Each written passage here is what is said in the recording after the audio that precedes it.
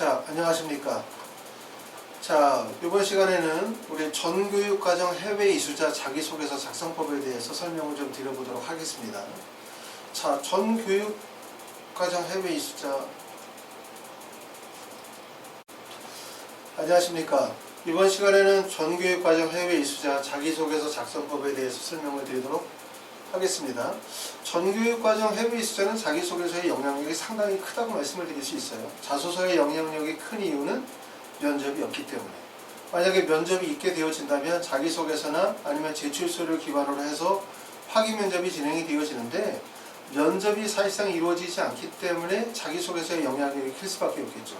더군다나 이제 전교육과정 해외 이수자는 해외의 다양한 지역에서 다양한 학력제의 지표를 가지고 있는 학생들이 원서 지원이 이루어지다 보니까 결국 학생에 대해서 판단할 수 있는 부분들은 첫 번째는 학력에 관한 부분, 그리고 두 번째는 학생이 가지고 있는 가치관이나 인성이라든가 지원학과와 관련이 되어진 뚜렷한 전공 적합성이나 노력의 과정에 대한 부분들을 체크해야 되는데, 결국 지표 외에 학생이 가지고 있는 가치관이나 또는 인성, 노력의 과정들이 이해할 수 있는 부분이 자소서이기 때문에 자기소개서의 영향력이 상당히 크다고 말씀을 드릴 수 있어요. 근데 자소서는 사실 근데 쓰기가 어렵죠. 왜냐하면 해외에서 계시는 분들이 이제 한국어를 유창하게 말한다 하더라도 실제 한국어를 글 쓰는 연습들이 국내에 있는 학생들만큼 그런 연습이 이루어지기가 어렵기 때문에도 어렵기도 하고, 그러니까 한국어를 쓸 수 있는 문장력이 떨어지기 때문에도 그렇기도 하지만, 더군다나 자소서라는 특징이 무엇인지 잘 모르기 때문에 어려운 거예요. 그렇죠? 그래서 우리가 흔히 말해서 연애편지를 써본다. 연애편지를 자주 쓰는 사람은 잘 쓰겠죠. 아주 감동적으로. 하지만 연애편지를 처음 써보는 사람은 대략적으로 어떤 건지는 알긴 하겠지만 어떻게 자신의 마음을 표현해야 될지 잘 모르기 때문에 잘 못 쓴다. 비유하자면 그렇게 말씀을 드릴 수 있을 것 같아요. 자소서는 우리가 그래서 아까도 말씀드렸던 것처럼 되게 중요한데, 자소서를 쓸 때 꼭 신경 써야 되는 게 이거일 것 같아요. 첫 번째는 내가 가지고 있는 학력의 지표가 있을 거 아니에요. 그러니까 내가 가지고 있는 IB 성적이나 SAT나 GPA 성적이나 여러 가지 동아리나 봉사활동 등등등 여러 가지 학력의 지표들, 활동의 우수성을 가지고서 내가 만약에 지원하는 대학교에 원서 지원을 하게 되어질 때 내가 가지고 있는 것들 중에서 장단점이 뭔지를 먼저 분석해야 될 것 같아요. 만약에 본인이 내가 지원한 학교에 비해서 내가 학력적인 부분이 조금 더 부족하다, 학업적 우수성, 그럼 자소서를 통해서 뭘 보여줘야 돼요? 학업적 우수성을 많이 강조할 필요가 있을 것 같고, 또 다른 관점에서 내가 지원하는 대학에 있어서 학업적 우수성은 적합한데 지원학과에 대한 뚜렷한 방향성이 없다, 내가 가지고 있는 여러 가지 학력 지표에서. 그러면 자소서를 통해 가지고 내가 지원할 학과와의 뚜렷한 방향성을 보여주도록 해야 되겠죠. 즉 자소서를 쓸 때는 뭘 생각해야 되냐면, 내가 가지고 있는 여러 가지 학력의 지표와 활동의 우수성이 지원하는 대학교 학과와 견주었을 때 어떤 부분에 장점과 단점이 있는지를 파악하는 게 핵심일 것 같아요. 그리고 그것에서 부족한 점들을 자기소개서를 통해서 보완한다라는 관점으로 접근하시면 되겠죠. 그렇죠? 자, 그럼 이제 먼저 우리가 2020학년도 후기 원서 지원 과정은 어떻게 되어지는지 한번 살펴보도록 하겠습니다. 2020학년도 후기는 지금 서울대학교하고 고려대학교는 1차 발표가 됐어요. 그렇죠? 서울대학교는 2월 10일부터 2월 19일, 고려대학교는 3월 17일서부터 4월 16일까지고, 그 다음에 일반적으로 그 다음에 이제 성균관대가 보통 3월 25일에서 4월 11일, 연세대 4월 11일, 4월 25일 이렇게 쭉 이어지고요. 지금 성균관대, 연세대, 한양대, 중앙대, 서강대는 아직은 2020학년도 후기 모집 요강이 발표가 되어지지 않았기 때문에 전년도 2019년도 원서 접수 일정으로 이렇게 맞춰놨습니다. 하지만 대부분 비슷하게 일정을 따라갈 거라고 보여져요. 그렇죠? 그렇기 때문에 아마 서울대, 고려대 다음에는 성균관대학교가 모집 요강을 먼저 발표할 가능성이 높지 않을까라는 생각이 되어집니다. 지금은 그래서 이제 대부분의 학생이 지금 찍고 있는 시점이 저희가 2월이기 때문에 아마 서울대, 고려대에 맞춰서 원서를 쓰는데, 12년 특례 자기소개서가 조금 어려운 점들은 뭐냐면, 국내 자소서는 1, 2, 3번 문항이 공통 문항이거든요. 그래서 통일이 되어져 있고 4번 문항만 대학별 문항인데 4번 문항도 약간 유사성이 많아요. 그래서 자소서를 하나를 쓰게 되어지면 대부분의 대학이 어느 정도는 비슷하게 맞는데, 12년 특례 자기소개서는 대학들마다 문항 조건이 좀 다 달라요. 그렇죠? 그래서 이게 아마 언젠가는 12년 특례라 하더라도 자소서의 문항들이 좀 통일이 될 가능성이 있는데 지금은 대학들마다 문항 조건이 다 다르기 때문에 아마 서울대학교와 고려대, 성균관대 가면서 대학에 맞춰서 다 자소서를 따로 작성을 해야 되기 때문에 시간이 좀 더 많이 소요가 되어질 수 있다. 이렇게 생각이 되어집니다. 자, 그러면 자기소개서 작성법에 대해서 제가 한번 설명을 좀 드려볼게요. 자소서는 제가 이제 글 쓰는 사람은 아니거든요. 제가 이제 하이퍼리뷰 원장이니까 보통 글 쓰시는 분들은 대부분 이제 보통 이제 저희 하이퍼리뷰에 저도 자기소개서 첨삭하시는 선생님들이 계신데 첨삭하시는 분들은 대부분 다 서울대나 연고대 석사나 박사 이상 되시는 분들, 인문 사회계열에 계신 분들이 글을 많이 쓰시거든요. 의대 자소서라고 해서 의대 출신의 선생님이 글을 쓰진 않아요. 공과계열이라 해서 공과계열 선생님들이 글을 쓰진 않아요. 왜냐하면 보통 이제 자연공과 계열에 계시는 자연계 선생님들은 글 쓰는 경험이 별로 많지 않다 보니까 대학에서도 실제 이렇게 문장력이 뛰어난 글 쓰는 연습들이 많이 이루어지지 않다 보니까 아무래도 이렇게 자소서를 쓰는 데에 비해서는 들 때는 자연이나 공과 계열의 선생님들, 출신 선생님들이 적합하지 않다고 판단되고 그래서 대부분 글을 쓸 때는 인문이나 사회계열 쪽 선생님들이 글을 쓰시죠. 근데 이제 그분들이 글을 쓰다 보면은 어떤 문제가 생기게 되냐면 우리가 흔히 말해서 이걸 소설을 쓴다고 하잖아요.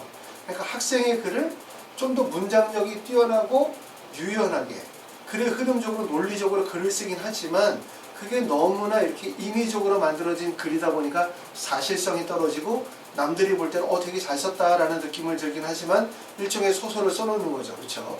그래서 이제 저희가 자소서를 진행할 때는 어떻게 쓰냐면 일단 자소서에서 가장 핵심이 되는 거는 뭐냐면 아까도 말씀드렸던 것처럼 자기소개서의 설계 구조를 짜는 게 핵심이에요. 그러니까 자소서에서 무엇을 담느냐가 제일 중요한 것이지 자소서는 잘 쓰는 게 중요한 것은 아니다. 이 말씀을 먼저 드리면서 자소서를 지금 볼 때 처음에 모든 학교 자소서의 주의사항에 이런 말들이 있어요. 대필 또는 표절 사실이 발견된 경우 평가 결과와 관계없이 불합격 처리한다 이랬어요. 대필이라고 하는 거는 다른 사람이 대신 글을 써주는 거죠. 그렇죠? 표절이라고 하는 거는 어떤 게 표절이냐면 보통 일반적으로 봤었을 때 합격생이나 지원자의 자소서예요. 그러니까 이것도 우리가 좀 알아야 되기 때문에 표절 그러면 무엇을 얘기를 하냐면 내가 만약에 서울대학교에 원서를 쓴다. 그럼 다른 학생들이 표절을 한다라고 하는 거는 서울대나 기타 등등 등의 학생들의 자소서 중에서 지원자나 합격자 자소서 중에서 2줄 이상을 그대로 따서 붙이는 경우를 대부분 표절이라고 해요. 그래서 이 표절에 대한 유사도 검사 같은 경우들은 일반적으로 논문 표절과는 좀 달라요. 논문 표절과. 그래서 자기소개서는 자소서 표절이 있는데 자소서 표절에 대해서 걱정하시는 분들 많이 계시거든요. 그래서 아까 말씀드렸던 것처럼 어떻게 하면 자소서 표절에 걸리냐 하면은 지원한 학생이나 아니면 합격한 학생의 자소서를 2줄 이상을 따서 그대로 붙이면 표절에 걸린다 이렇게 생각하시면 돼요. 그러지 만약에 엄마가 자소서를 대신 썼다, 아빠가 대신 써줬다 라고 해서 표절에 걸리진 않아요. 아셨죠? 다른 사람이 누가 쓰든 간에 창의적으로 글을 쓰게 되어지면 전혀 문제가 되진 않고 지원자나 합격생의 자소서를 2줄 이상 그대로 따서 붙이는 경우를 표절이라고 한다 이 말이에요. 대필이라고 하는 거는 사실 이제 밝혀내기 되게 어렵죠. 왜냐하면 엄마가 써줘도 대필이고 아빠가 써줘도 대필인데 그쵸? 근데 대필이나 표절이 되어지면 이렇게 이제 평가 결과와 관계없이 불합격한다 이렇게 되어져 있습니다. 근데 중요한 거는 대필이나 표절을 해서 불합격하는 게 중요한 게 아니라 대필이나 표절을 해서 자소서를 쓰면 과연 붙을 수 있을까라고 생각하면 사실 붙기 어려운 자소서예요. 그러니까 대필이나 표절을 해서 불합격한다가 중요한 게 아니라 대필이나 표절을 해서 제출을 하면 제출은 가능하지만 합격하지 못하는 자소서가 되는 거예요. 그러니까 의미가 없는 거예요. 대필이나 표절을 해서 불합격을 하든 대필이나 표절을 해서 어차피 합격도 못하든 그러니까 대필이나 표절을 할 필요가 없다는 얘기를 말씀을 드리는 거예요.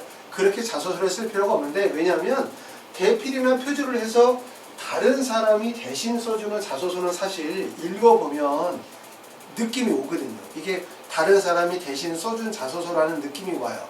왜 그러냐면 특히 다른 사람이 대신 써준 자소서의 가장 큰 특징은 뭐냐면 그 글 속에서 학생의 생각이나 학생의 경험이 들어있지 않아요. 그러니까 과정에 대한 서술이 불가능한 거예요. 다른 사람이 대신 써주는 글은 과정 서술이 어려워요. 왜? 과정을 이해를 못하니까. 그렇죠? 그렇기 때문에 학생의 생각이나 경험이 없으면서 글의 과정이 없이 그냥 일반적인 내용의 서술로 이루어지는 경우들이 많아요. 그렇기 때문에 이렇게 다른 사람이 대신 써주는 글은 불합격을 한다가 중요한 게 아니라, 또는 이래서 적발이 이루어진다가 중요한 게 아니라 올바른 자소서가 될 수가 없다. 이 말씀을 드리고요. 두 번째는 한국어 또는 영어로 작성하여 지정된 분량을 초과할 수 없다. 이 문구가 있는데 가끔 이제 학부모님들이 이런 거 물어보거든요. 이거를 영어로 쓰는 게 좋습니까? 한국어로 좋습니까?를 물어보는 경우들이 많아요. 왜냐하면 외국에서 오래 생활을 하시던 분들이 이걸 한국어로 자소로 쓰려고 하면 큰 부담이 되죠. 그렇죠? 영어가 더 익숙하신 경우들이 많거든요. 그래서 한국어로 쓸까 영어로 쓸까를 걱정하시는 경우들이 많은데 이 부분에 대해서 제가 말씀을 드릴 때 12년 특례는 정원 외선발 전형이거든요. 정원 외선발 전형에서 대학에서 가장 중요하게 여기는 부분은 이 학생이 만약에 우리 학교에서 서울대학교에서 이 학생을 뽑았었을 때 이 학생이 과연 우리 대학에 잘 적응하면서 학업을 이어갈 수 있을 것이냐에 대한 부분을 가장 중요하게 보죠. 그렇죠? 정원의 선발에서는 과연 이 학생을 선발했었을 때 얘가 우리 대학에 또는 우리 학과에서 학업을 잘 따라갈 수 있을까를 중요하게 보는데 그 중요하게 보는 것 중에 하나가 어학 능력일 거란 말이에요. 영어 트랙으로 100% 영어 수업이 이루어지는 경우가 아니라면 한국어 수업이 조금이라도 이루어지면 얘가 한국어를 이해하고 있는지 없는지를 평가해야 돼요. 그러기 위해서 대학에서는 토픽 성적을 요구하게 되어지고 두 번째는 그렇지 않으면 자소서를 본단 말이에요. 그렇기 때문에 내가 한글 자소서를 쓴다라고 하는 것은 무엇이냐면 대학의 입장에서 보여줄 때 내가 한국어 구사 능력이 이만큼이 됩니다. 나는 한국어로 이 정도의 문장 능력을 갖추고 있습니다를 보여주고 있는 거예요. 그렇기 때문에 한국어로 자소서를 쓰는 게 훨씬 더 유리하다는 걸 꼭 명심하셔야 돼요. 그런데 만약에 내가 수업을 듣는 학과가 국제학부처럼 영어 트랙이야. 굳이 한국어로 수업을 하지 않아도 돼. 라고 하면 영어로 써도 상관은 없어요. 하지만 그렇다 하더라도 국제학부라 하더라도 한국어에서 공부를 하다 보면 다른 학과에서 복수 전공을 할 수도 있고 전과를 할 수 있기 때문에 가급적 내가 한국어 구사 능력이 되어진다면 한국어를 글을 쓰는 게 좋다는 점을 꼭 말씀을 드리고 싶어요. 아시겠죠? 그래서 한국어로 자소서를 쓰는 게 좋고, 근데 만약에 한국어로 자소서를 쓰기가 어렵다라고 판단이 되어지면 영어로 자소서를 써도 상관은 없습니다. 자, 그리고 우리가 참고로 아시게 되어지면 여러분들이 각 대학에 국제처에 전화를 해서 문의하시게 되어지면 사실 국제처에 상주하면서 이런 국제처 업무 12년 특례라든가 이런 3년 특례 전형에 대해서 업무를 담당하는 사람이 사실 별로 많지 않다는 것을 알게 될 거예요. 제가 볼 때는 이제 서울대나 연대나 고대 상위권 대학 같은 경우는 국대처에 전담하시는 직원들이 여러 분 계시고 그 밑에 이제 아르바이트생들이 계시죠. 근데 그 나머지 대학들 보면 사실 전담하시는 분들이 한두 분 정도 계시고 나머지는 알바생이거든요. 그렇기 때문에 우리가 영어로 서류를 낸다 하더라도 실제 한국어로 서류를 냈었을 때보다 국제처에서 심사하는 과정에서 정확도가 떨어질 여지도 있어요. 특히 자소서 같은 경우도. 그렇기 때문에 가급적이면 한국어로 써주는 게 그 서류를 심사하시는 분들 입장에서 볼 때는 훨씬 더 편할 수가 있다. 이런 점들을 이해하실 필요가 있기 때문에 한국어로 써라. 가급적이면. 왜? 첫 번째는 영어 트랙 아닌 경우는 한국어 수업이 이루어지는 경우는 한국어 자소서를 쓴다는 것만으로도 한국어 구사 능력을 보여주는 거고 결국 그게 합격에서 제일 중요한 요소. 이 학생이 선발했었을 때 학과에 적합성이 있는지에 대한 부분을 보기 때문에 그런 면에서 되게 중요한 거예요. 아시겠죠? 가급적이면 한국어로 쓰는 게 좋고, 자, 그럼 자소서를 쓸 때 우리가 주의해야 되는 점들에 대해서 제가 몇 가지를 좀 말씀을 드려볼게요. 첫 번째는 자소서는 일기가 아니다. 이거 제가 얘기를 많이 하거든요. 일기가 아니라 지나치게 자기 주장을 강조하는 것은 안 된다. 학생들의 자소서를 읽다 보면 자소서를 딱 쓰죠. 문항을 딱 받아서 본인의 생각을 막 적는 거예요. 되게 깊이 있게. 글을 읽어보면 어떤 느낌이 드냐면 이 학생 너무 훌륭해. 근데 막 자기의 생각과 주장을 나에게 막 설교하는 것처럼 들리는 거예요. 막 되게 가치관을 막 주입시키려고 해요. 본인의 경험들을 막 주입시키려고 하는 거죠. 그래서 이게 우리가 자기소개서라고 하는 거는 본인의 생각이나 주장을 강조하려고 하는 것이 아니라 반드시 자소서는 읽는 사람이 있잖아요. 그렇죠? 그것을 자소서를 제출하면 읽는 입학사정관이나 교수님들이 읽는다고 관점에서 보면 그 사람들이 내 글을 읽고 난 다음에 공감할 수 있어야 되거든요. 내 생각이나 내 가치관이나 내 경험에 대해서. 그렇기 때문에 자소서를 쓸 때 첫 번째 여러분이 생각해야 되는 거는 내가 글을 쓸 때 내 앞에 입학사정관이나 교수님이 앉아있다고 생각해요. 그리고 내 가정을 내가 학업했었던 거, 내가 경험했었던 거를 설명한다고 생각을 해봐야 돼요. 예전에 이런 얘기를 제가 한 적이 있었었는데 중국에서 온 어떤 학생한테 물어봤어요. 너가 중국에서 공부하면서 가장 인상 깊었었던 게 뭐야? 라고 했더니 제가 중국의 고등학교에서 중국신문사에서 인턴으로 활동한 적이 있는데 그때 중국의 가옥에 대해서 조사했었던 경험이 가장 인상 깊었습니다. 라고 얘기를 해요.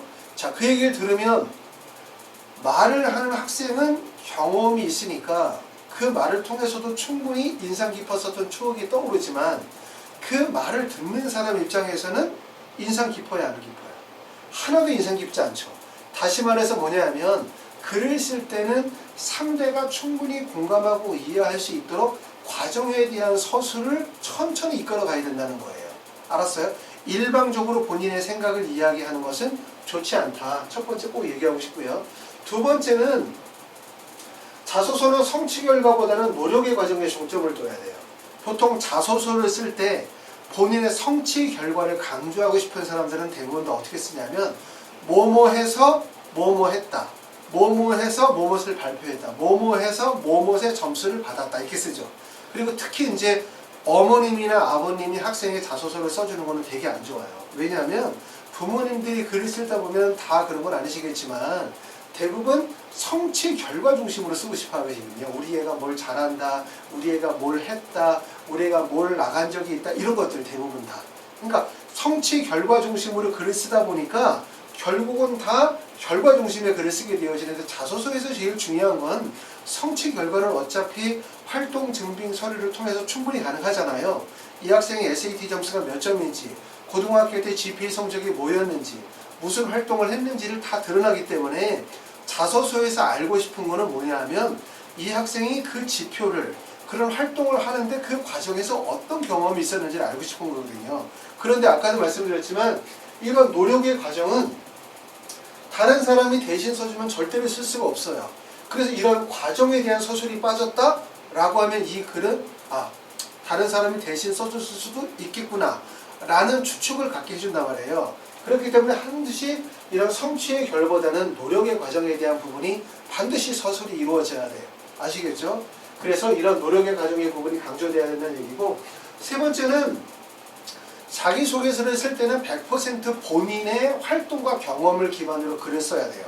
그런데 본인이 이제 활동하거나 경험이 없는 사람들이 글을 쓸 때 대부분 대학의 입학처나 학과 속의 커리큘럼 등을 인용해서 글을 쓰는 경우들이 많아요. 그렇죠? 그런데 12장 특례는 또 반대라고 생각해요.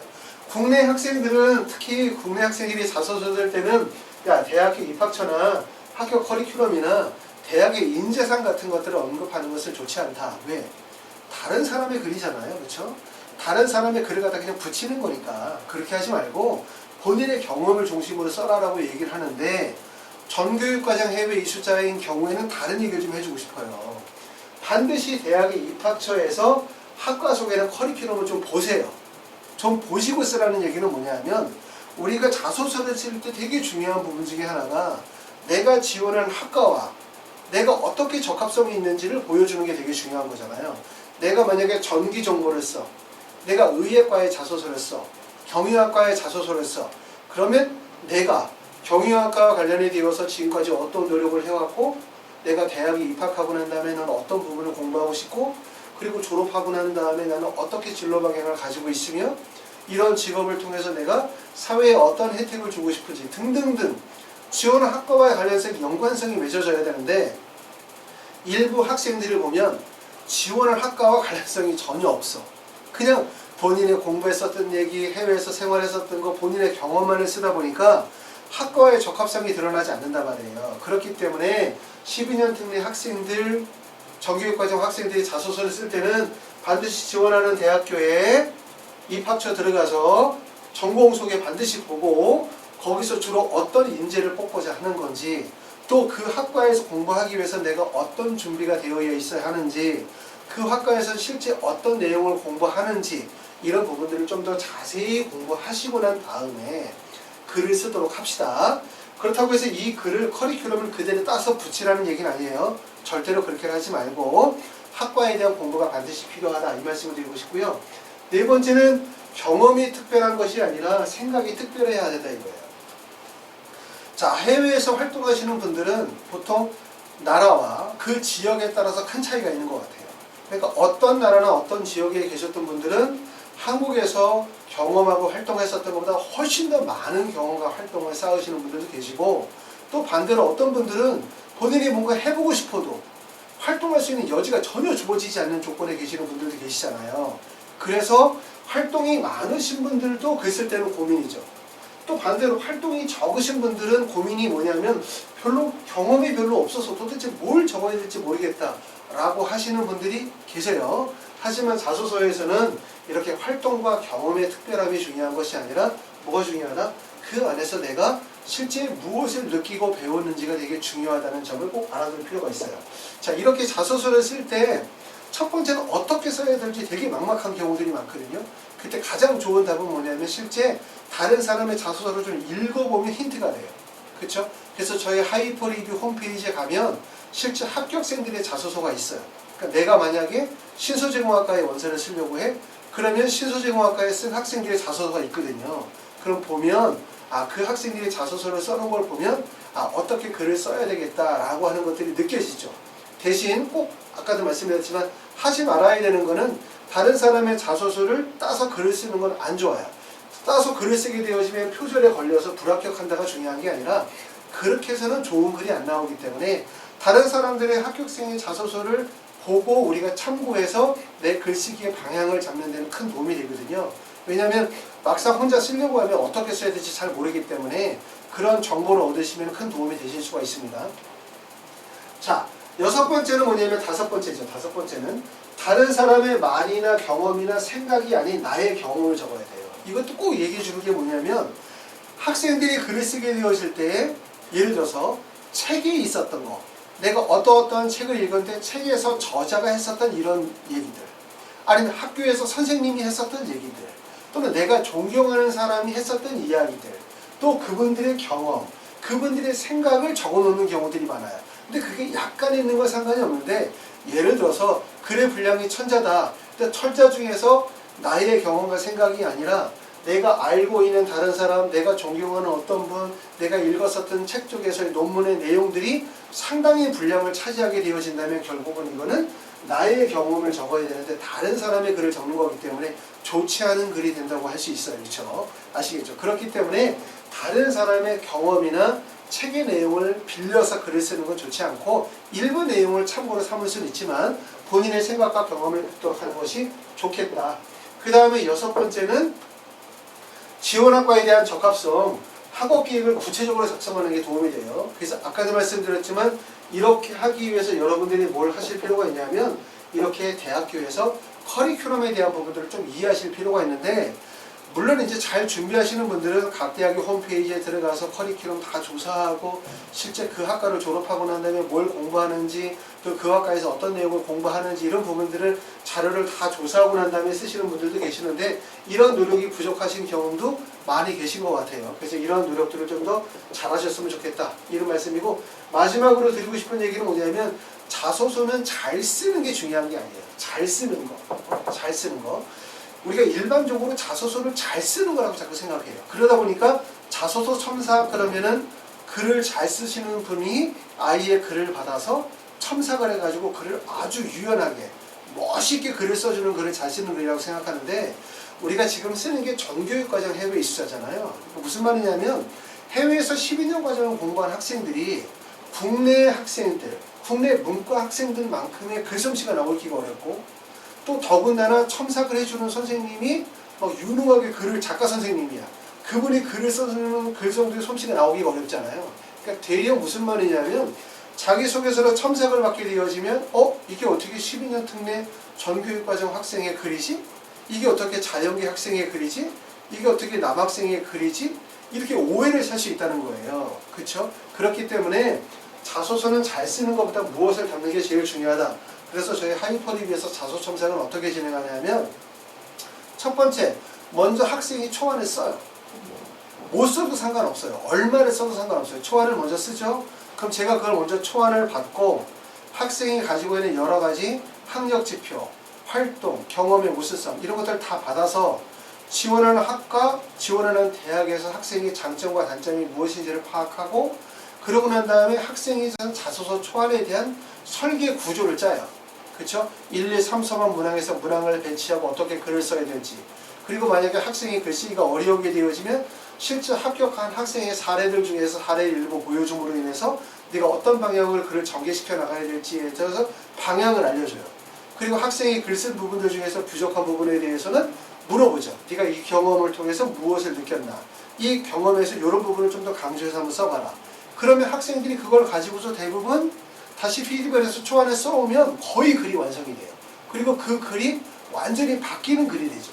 그렇게 해서 이제 한두 차례 글을 더 완성을 해서 뼈대를 한 95%를 만들면 그 다음에 이제 마지막에 하는 게 전공 분야에 해당되시는 분이거나 첨삭선생님한테 넘겨가지고 글을 최종적으로 완성을 해요. 그러면 어떤 글이 나오게 되냐면 학생의 경험, 학생의 생각이 뚜렷하게 잘 드러나고 그 다음에 지원학과의 방향성이 잘 만들어지게 되어지는 자소서가 완성이 되어지는 거죠. 그렇죠? 그런데 이거를 그렇지 않고 학생이 써놓은 엉성한 글을 그냥 바로 첨삭선생님이 받아 첨삭선생님들은 대부분 다 입시를 잘 모르거든요. 이런 전교육과정 해외 이슈자의 특징에 대한 부분을 잘 모르다 보니까 그냥 문장으로 글을 완성을 해버린단 말이에요. 그러면 대부분 어떤 글이 나오냐면 다른 사람들이 써주는 자소서의 특징, 나의 생각이나 경험, 그리고 노력의 과정에 대한 서술이 없는 글이 나오게 되는 거예요. 그러니까 모르시는 분들이 읽으면 되게 감동적이야. 막 눈물이 날 것 같아. 글이 너무 좋아. 하지만 그 글 속에 뭐가 없냐면 학생의 생각과 경험, 그리고 그 노력의 과정에 대한 부분이 구체적으로 드러나지 않기 때문에 결국 잘못된 자소서가 될 수밖에 없어요. 그래서 부모님들이 이런 부분들을 좀 잘 아셔야 돼요. 자소서의 특징은 잘 쓰는 게 중요시 아니라 잘 쓰는 것이 중요한 것이 아니라 무엇을 어떻게 내용을 담느냐라는 부분이 되게 중요하다는 점. 그리고 12년 특례의 특성상 글의 문장이 너무나 논리적으로 자연스러운 것도 사실은 그렇게 좋은 것은 아니에요. 학생이 쓴 것 같은 글들이 드러나는 게 훨씬 더 좋다. 이 점을 이해하실 필요가 있습니다. 자, 그 다음에 이제 이런 부분들을 생각하시면서 자소서의 서울대학교, 연세대학교, 고려대학 자소서의 특징에 대한 부분들을 한번 보도록 하겠습니다. 간략하게. 먼저 서울대는 지금 보면 1번, 2번, 3번, 4번이 있고 문항당 약 4,000바이트 정도 의 자소서의 글자 수가 제한이 되어져 있어요. 전체로 따지면 이제 12,000바이트 정도의 글자 수가 되어지는데 물어보는 내용들은 이렇게 한글로 정리해보면 첫 번째는 1번 문항에서 물어보는 게 학업과 관련해 되어진 내용이에요. 그러니까 네가 지원 동기는 무엇이었고 학업에 기울인 노력과 학습 경험 그리고 입학 후의 학업 계획은 무엇이냐 학업에 대한 이야기를 물어보고 있는 거고요. 2번 문항에서는 학업 외 활동이나 활동의 경험에 대한 얘기를 물어보겠죠. 대부분 공부를 하면 그 다음에 그게 활동으로 연결이 되어지겠죠. 활동에 대한 물어보고 그 다음에 세 번째는 자신의 성장 배경이나 가치관 그래서 본인이 가지고 있는 인성이나 가치관에 대해서 물어보는 거고 최근 이슈에 대한 견해 존경하는 인물 당신의 삶에 영향을 끼친 경험 등에 관해서 물어보는 거예요. 우리가 글을 쓸 때는 꼭 뭐에 맞춰서 써야 되냐면 이 문항에서 요구하는 바를 정확하게 알고 써야 되겠죠. 그러니까 문항에서 요구하는 바는 뭐냐면 1번은 학업, 2번에서는 활동의 경험에 대한 거, 3번에서는 인성이나 가치관에 대한 평가이기 때문에 특히 1번 문항 학업을 쓰게 되어질 때 서울대 쓰는 학생들은 그렇진 않겠지만 내가 공부에 별로 자신이 없어. 난 별로 그렇게 공부를 잘하지도 않았고 어떻게 뭐 공부에 대해서 내가 그렇게 크게 막 나 자신만의 학습법을 개발하면서 공부한 경험이 없어. 그러다 보면 이런 학생들이 여기다가 학업에 대한 얘기를 자꾸 쓰지 않고 활동에 대한 부분들을 자꾸 쓰는 경우들이 있어요. 이렇게 쓰는 건 좋지 않거든요. 피해가지 마시고 정확하게 문항에서 요구하는 거에 맞춰서 글을 쓰시는 게 가장 좋고요. 그리고 4,000바이트라고 하면 바이트를 넘겨서 글을 쓰는 건 안 좋죠. 그래서 대부분 이 4,000바이트에 근접하게 글을 쓰는 게 괜찮고 4,000바이트 하면 뭐 3,800 정도 그 사이에서 3,800에서 4,000 정도 사이에서 글을 완성을 하시게 되어지면 좋을 것 같습니다. 자, 그 다음에 두 번째 연세대학교도 마찬가지예요. 문항에서 항상 물어보는 것은 자기소개서에서 물어보는 건 첫 번째는 학업이에요. 그 다음에 두 번째는 활동이고, 세 번째 물어보는 거는 결국 인성이나 가치관에 대해서 물어보고, 그 다음에 네 번째 우리가 추가해야 되는 부분들에 해당되는 거는 전공 적합성, 그 다음에 입학 후의 학업 계획과 관련이 되어진 부분이라고 보여지는데, 연세대학교 문항에서는 1, 2, 3, 4번 4개 문항이 있고, 1번 문항에서는 진학동기, 그 다음에 2번에서는 리더십과 실천, 그 다음에 교과 외 활동, 기타, 이렇게 세 가지가 있는데, 첫 번째는 진학동기라고 하는 게 서울대 1번 문항과 동일하게 학업에 관한 이야기를 묻고 있다고 볼 수 있어요. 지원 동기와 학업에 기울인 노력이니까 학업에 해당된다고 볼 수 있고, 2번 문항에서는 리더십과 실천이라고 되어지는데, 이거는 인성이나 가치관을 물어보는 거, 서울대 문항에서 우리가 볼 때 3번 문항 정도가 되겠죠. 두 번째는 교과 외 활동 경험이니까, 교과 외 활동 경험은 이렇게 이제 활동의 다양성에 대해서 질문을 하고 있는 거예요. 연세대학교는 표지를 포함해서 내외를 초과하지 않아야 한다. 그러니까 표지 빠지고 나면 내외인데, 보통 글을 쓰시게 되어질 때는 어느 정도로 쓰시면 좋냐면, 진학동기를 한 1000자 정도, 그 다음에 리더십 같은 경우는 1000자, 교과 외 활동 1500자, 기타가 한 1000에서 1500자 정도로 보시면 돼요. 여기서 비중이 큰 거는 교과외 활동 경험의 비중이 좀 더 크다고 볼 수 있어요. 글자 수가 좀 더 많이 들어갑니다. 그리고 요거 쓰시게 되어질 때 가와 나 이렇게 분리가 되어져 있는 부분들은 정확하게 구분지어서 쓰시면 좋고, 그 다음에 이제 1번 문항 같은 경우는 지원 동기와 학업에 기울인 노력과 학습 경험이니까 이건 학업이고요.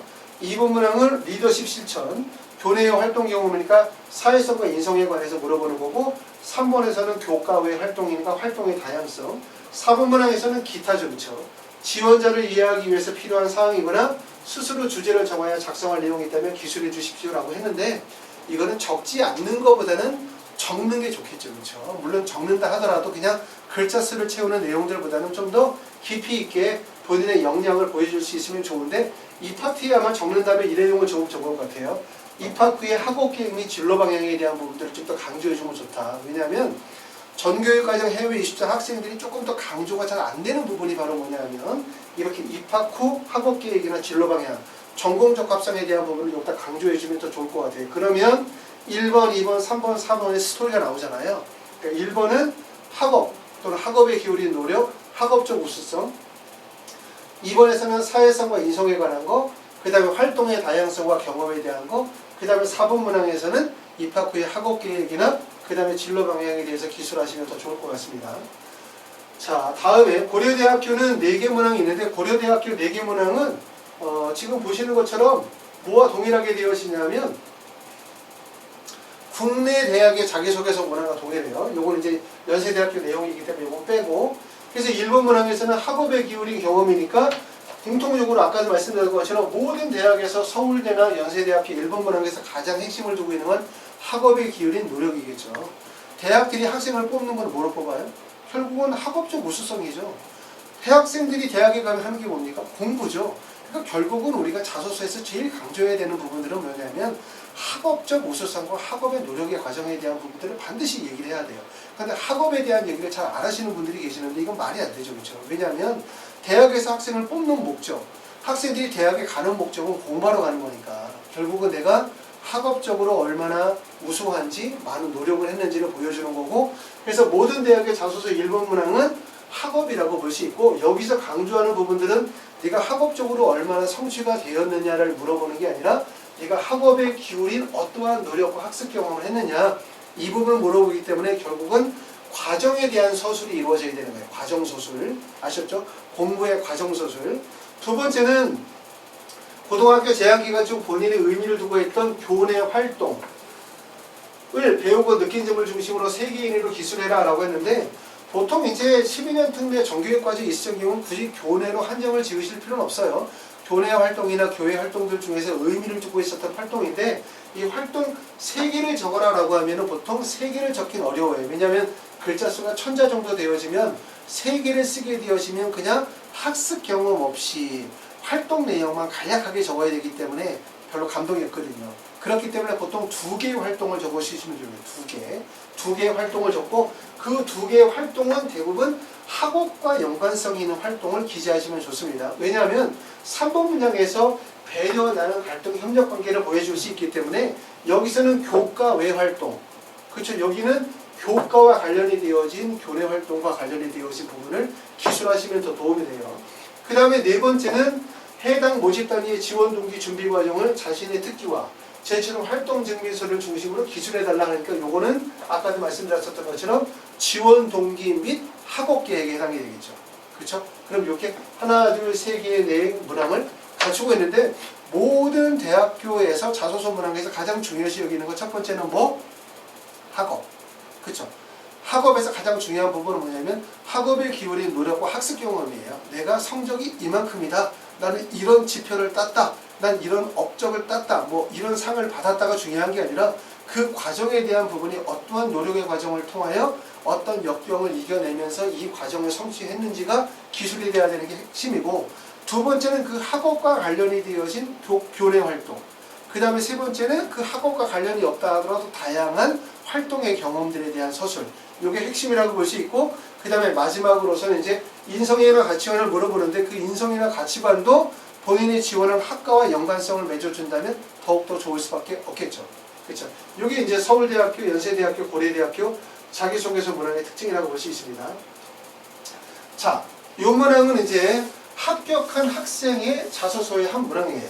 자, 자소서를 우리가 합격한 학생의 자소서 그러면 다 잘 쓴 자소서라고 생각하잖아요.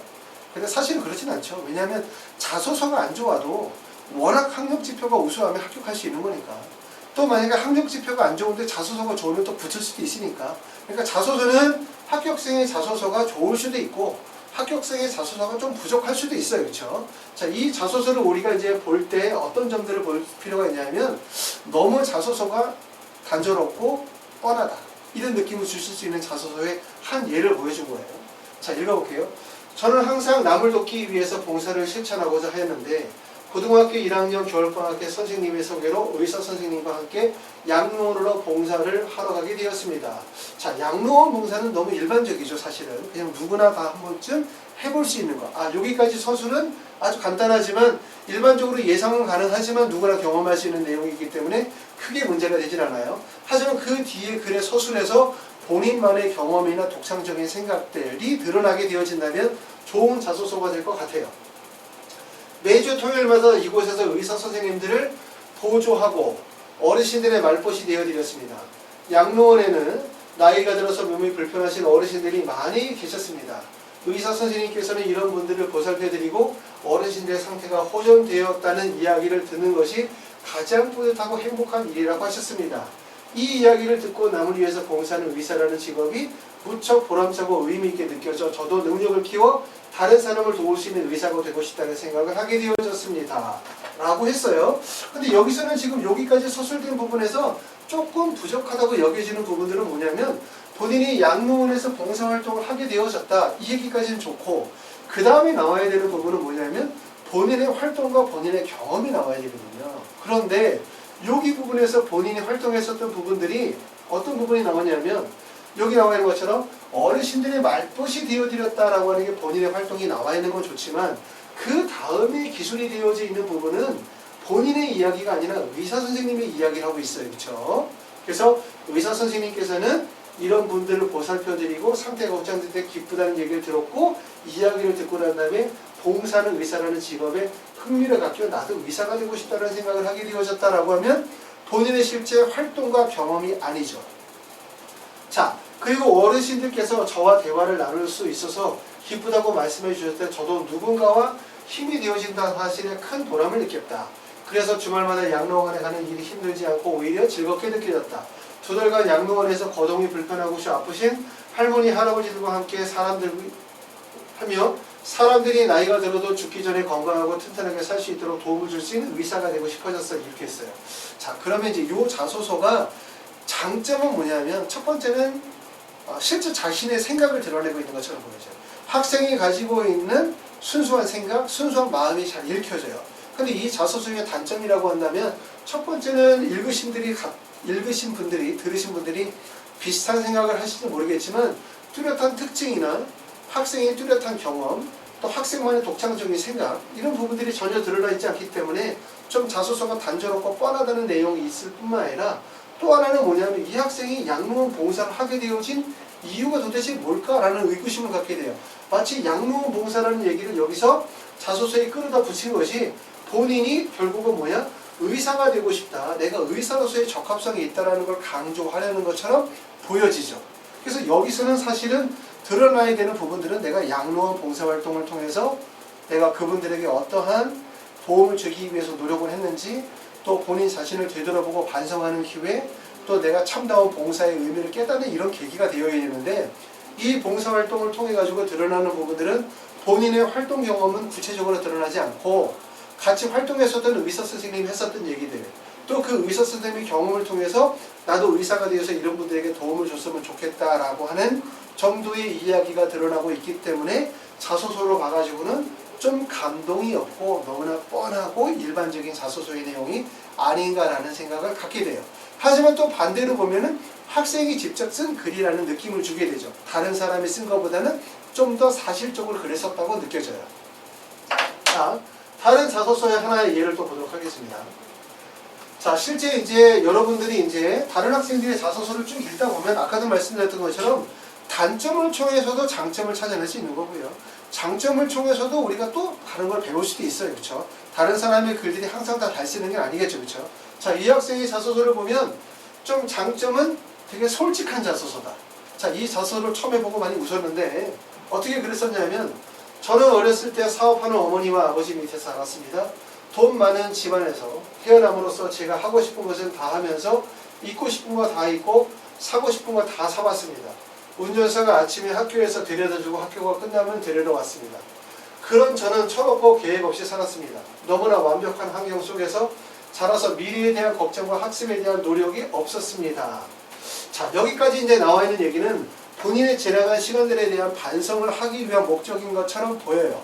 하지만 글의 내용에서 하지 말아야 되는 것들이 좀 있죠. 첫 번째는 어머니와 아버지, 부모님에 대해서 이야기하는 것은 자소서에 좋지 않아요. 여러분들이 자소서를 쓸 때 어머님이나 아버님을 자꾸 언급하게 되어지면 본인의 학습, 또 본인의 활동이 부모님에 의해서 만들어진 것처럼 느낌이 주죠. 그러다 보면 결국 자기주도성이나 이런 자기주도성이 부족하다는 인식을 줄 수 있기 때문에 부모님에 대한 언급을 이야기하지 않는 게 좋고, 특히 부모님의 직업에 대해서도 얘기하지 않는 것이 하지 않는 게 좋아요. 하지만 이 학생은 이제 부모님에 대해서 직업을 이야기하는 것도 물론 있어요. 사업을 하는 부모님 하면은 사실 직접적으로 많은 부분을 이야기하고 있지는 않지만 앞에 서술되어져 있는 부분들이 사실은 지난 시간에 대한 본인의 반성이라고 치기에는 그렇게 긍정적인 평가를 하기에 좋은 글은 아니라고 보여져요. 그러니까 이런 글들은 쓰지 않는 게 사실 좋겠죠. 그리고 여기서 끝나면 좋은데, 더구나 주변 친구들도 저와 비슷한 생각을 가지고 있어서 공부를 더 멀리하고 노는 것만 즐거워하며 당연한 줄 알고 살아왔습니다. 하지만 아이들은 학교 끝나고 오고 저는 그 전에 할 게 없어서 책을 읽기 시작했습니다. 이러면 여기까지 내용만으로도 사실 이 학생이 초중고등학교 과정을 도대체 어떻게 보냈는지 느낌이 오죠. 그렇기 때문에 이런 글들은 너무 그렇게 좋은 평가를 줄 수는 없어요. 그러니까 자기 자신에 대해서 솔직하게 보여주는 것은 좋죠. 하지만 이게 우리가 자기소개서잖아요. 자소서는 대학에 가려고 쓰는 거니까 결국 솔직하게 보여준다는 것 이면에는 뭐냐면 본인이 가지고 있는 장점이라든가 학업적 우수성이라든가 발전 가능성들이 더 크게 드러나야 되는데, 자칫 솔직하게 쓴다고 하는 글들이 본인이 가지고 있는 단점이나 부족한 부분들이 너무 직접적으로 드러나는 글이 돼서는 안 된다고 판단이 되어져요. 자, 그래서 좀 전에 이제 얘기했었던 것처럼 내용을 정리하면, 자기소개서를 쓸 때는 물론 자소서를 볼 때 사람들마다 평가 기준이 좀 다 달라요. 어떻게 보느냐에 따라 다르긴 한데, 여러분들이 12년 특례 자기소개서를 쓰게 되었을 때 이런 점들을 좀 더 고려하시면 좋을 것 같아요.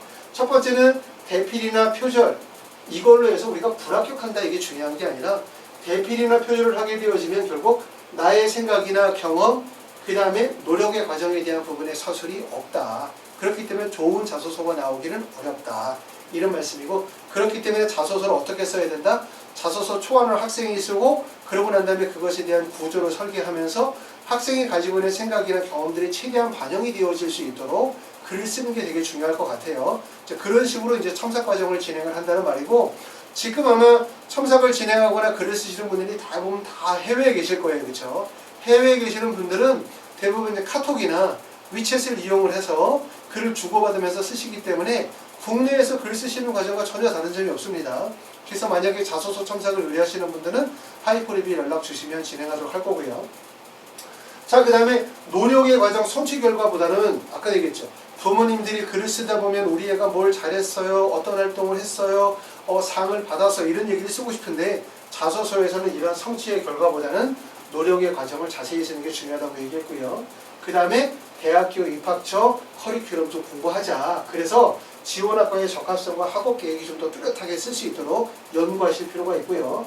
그 다음에 활동이나 경험의 다양성이 부족하다 하더라도 그 안에서 본인의 생각이 잘 드러날 수 있도록 하면 되고, 그리고 또 하나는 다른 사람의 말, 내가 읽었었던 책 또는 논문, 또 수업 시간에 선생님이 했었던 말들, 이런 다른 사람의 경험이나 말이나 생각들을 자신의 생각인 것처럼 적는 것은 별로 안 좋아요. 가급적이면 본인의 경험이 잘 드러날 수 있도록 하는 게 좋고, 마지막으로 말씀드리면 12년 특례 정규교육과정 해외 이수자, 물론 국내 자소서도 마찬가지지만 잘 쓴다는 게 중요한 게 아니라 제일 중요한 것, 정말 잘 쓰는 자소서는 결국은 유연하고 논리적이면서 화려하게 글을 쓰는 게 중요한 것이 아니라 결국은 무엇을 어떻게 담느냐에 대한 부분이 가장 중요하다고 판단이 되어지거든요. 그래서 이런 방식으로 자소서를 쓰면 좋을 것 같고, 12년 특례는 더군다나 아시는 것처럼 아까도 말씀드린 서울대, 연세대, 고려대 모든 학교들이 자소서의 문항이 다 다르기 때문에 거기에 맞춰서 쓰도록 하셔야 될 것 같고, 특히 12년 특례는 자소서가 중요해요, 안 중요해요? 아까도 말씀드렸죠. 매우 중요하다고 말씀을 드렸어요. 이게 정원 외 선발이다 보니까 결과적으로 이 학생이 뽑았었을 때 이 학생이 대학에 다닐 수 있는 학업적인 정도를 가지고 있느냐, 적합성이 있느냐에 대한 판단이고, 그 과정에서 어학적인 능력은 되게 중요한 거예요.